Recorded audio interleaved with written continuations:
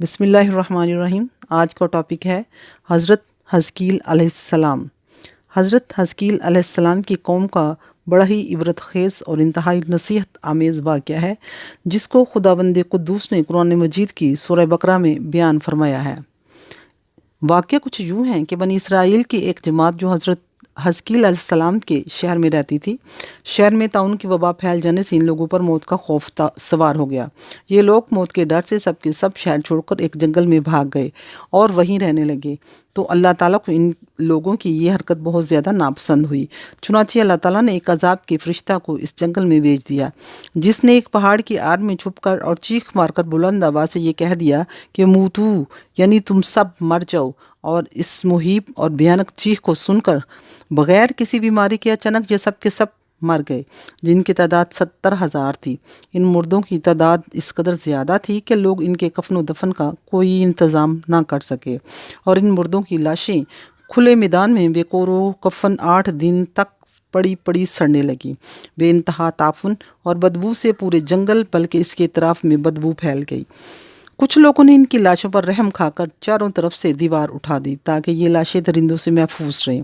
کچھ دنوں بعد حضرت حزقیل علیہ السلام کے اس جنگل میں ان لاشوں کے پاس سے گزر ہوا تو اپنی قوم کے 70,000 انسانوں کو اس موت ناگہانی اور بے گور و کفن لاشوں کی فراوانی دیکھ کر رنج و غم سے ان کا دل بھر آیا۔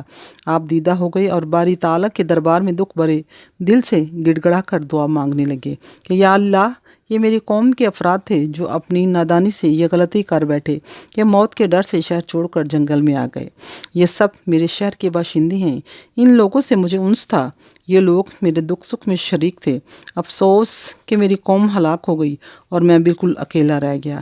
اے میرے رب، یہ وہ قوم تھی جو تیری حمد و ثنا کرتی تھی، تیری توحید کا اعلان کرتی تھی، تیری کبریائی کا خطبہ پڑھتی تھی۔ آپ بڑے سوز و دل کے ساتھ دعا میں مشغول تھے کہ اچانک آپ پر یہ وحی اتری کہ اے حزقیل، آپ ان بکھری ہوئی ہڈیوں سے فرما دیجیے کہ اے ہڈیوں، بے شک اللہ تعالیٰ تم کو حکم فرماتا ہے کہ تم اکٹھا ہو جاؤ۔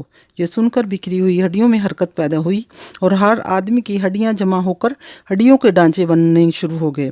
پھر یہ وحی آئی کہ اے حزقیل، آپ یہ فرما دیجیے کہ ہڈیوں، تم کو اللہ کا یہ حکم ہے کہ تم گوشت پہن لو۔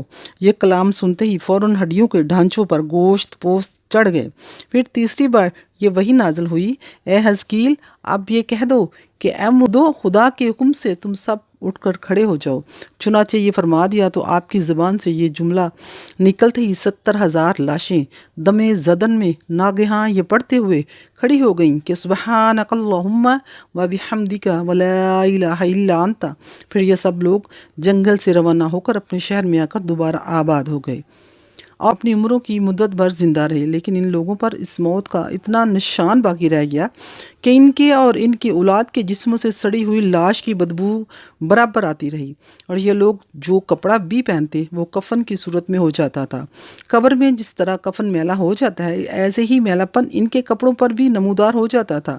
چنانچہ یہ اثرات آج تک ان یہودیوں میں پائے جاتے ہیں جو ان کی نسل سے باقی رہ گئے ہیں۔